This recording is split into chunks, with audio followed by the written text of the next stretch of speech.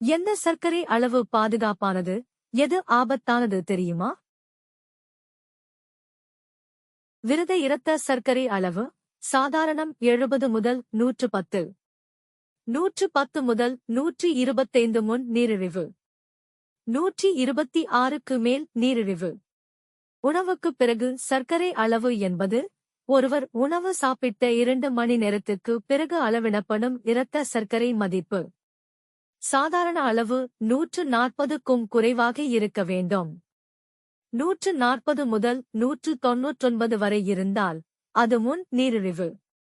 200 அல்லது அதற்கு மேல் இருந்தால் அது நீரிழிவு நோயை குறிக்கிறது. காய்கறி, பருப்பு, ஆப்பிள், கொய்யா போன்ற பழங்களை சாப்பிடுங்கள்.